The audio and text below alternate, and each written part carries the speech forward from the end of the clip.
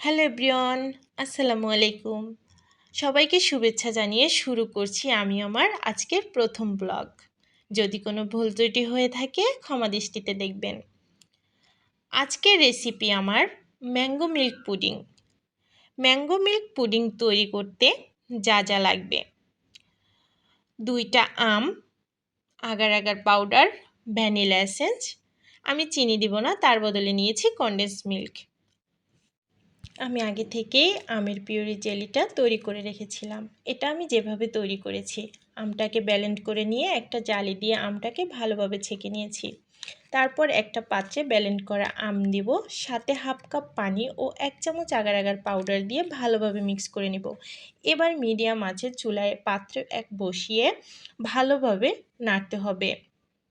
নাড়তে নাড়তে যখন এটা ঘন হয়ে যাবে তখন এটা নামিয়ে অন্য একটা পাত্রে ঢেলে একটু ঠান্ডা করে 30 মিনিটের জন্য ফ্রিজে রাখবো। এরপর ফ্রিজ থেকে বের করে এটাকে জেলির মতো পিস পিস করে কেটে নিব। আপনারা দেখতেই পাচ্ছেন আমি কি সুন্দর করে পিসগুলো করে নিয়েছি।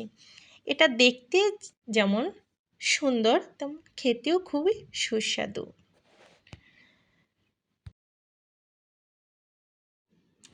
এবার আমি দুধের মিক্সারটা করার জন্য আরেকটা পাত্রে আগে থেকেই 1 লিটার দুধকে জ্বালিয়ে হাফ লিটারের মতো করে রেখেছিলাম। সেই দুধের মধ্যে 3 চা চামচ কনডেন্স মিল্ক দিয়েছি।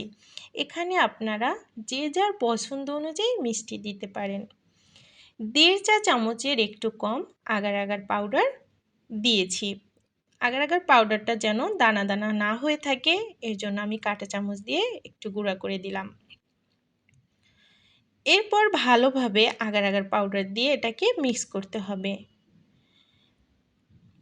এখন আমি এর ভিতরে দিয়ে দিব হাফ চা চামচ ভ্যানিলা এসেন্স। এটা অপশনাল, আপনারা চাইলেও দিতে পারেন, না চাইলেও না দিতে পারেন। এবার ভালোভাবে এটাকে মিক্স করে নিব। এবার চুলার জাল মিডিয়াম আঁচে রেখে মিশ্রণটিকে ভালোভাবে নাড়তে হবে। অনবরত নাড়তে হবে যাতে নিচে দলা পেকে না যায়। যদি আপনি এটা নাড়তে না থাকেন তাহলে নিচে এটা জমাট বেঁধে যাবে। জমাট বেঁধে গেলে আপনার পুডিংটা ভালো হবে না, সুন্দর হবে না।